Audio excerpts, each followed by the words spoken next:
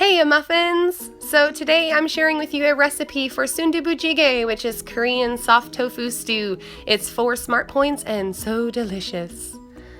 You're going to start with your array of ingredients. I did get most of these at the Korean market, but there are substitutions that you can get at conventional grocery stores, so don't worry, I got you. Let's start with our pot. I'm using a stone pot that I got from the Korean market.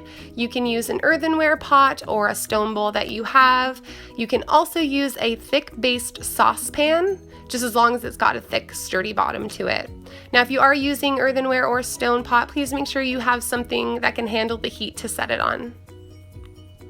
Now for veggies, I like to do a base of onion and garlic, and then my personal favorite is to add zucchini, but you can definitely add like carrots or broccoli, green onion, anything you want for 0 Smartpoints.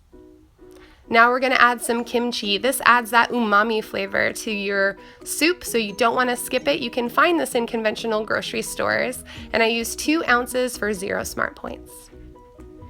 Now here is the soon part of the Soondubu Jiggae. It is soft tofu. You can also use silken tofu, which again you can find in most conventional grocery stores.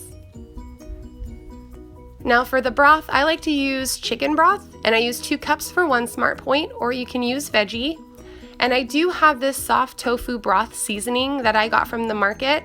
It's 41 calories, it transfers to 1 Smartpoint, but you can also use a combination of 1 teaspoon of sesame oil and some chili powder. So you just mix those together, and that is the same, just 1 Smartpoint, and that's going to add your seasoning. So placing my pot directly on the heat, you can do this with the stone pot. I add the olive oil spray. You're going to want to do the same thing if you're using a thick base pan. This is just to help keep your veggies from sticking. And then I put my onion in here. I saute just for a little bit until it gets a little bit translucent. Then you're going to add all of your kimchi and all of the juices. You want all that flavor in the pot, promise you. So mix it together, warm that kimchi through, and then you're going to add the rest of your veggies.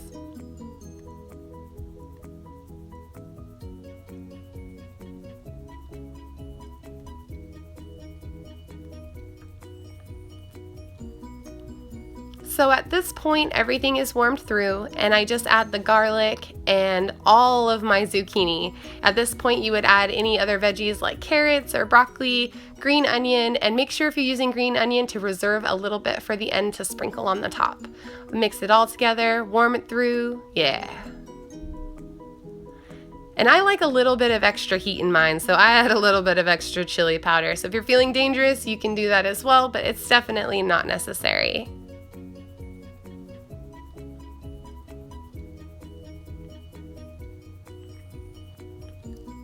Now once everything is kind of mixed, I'm just going to add my 2 cups of broth and wait for it to start simmering.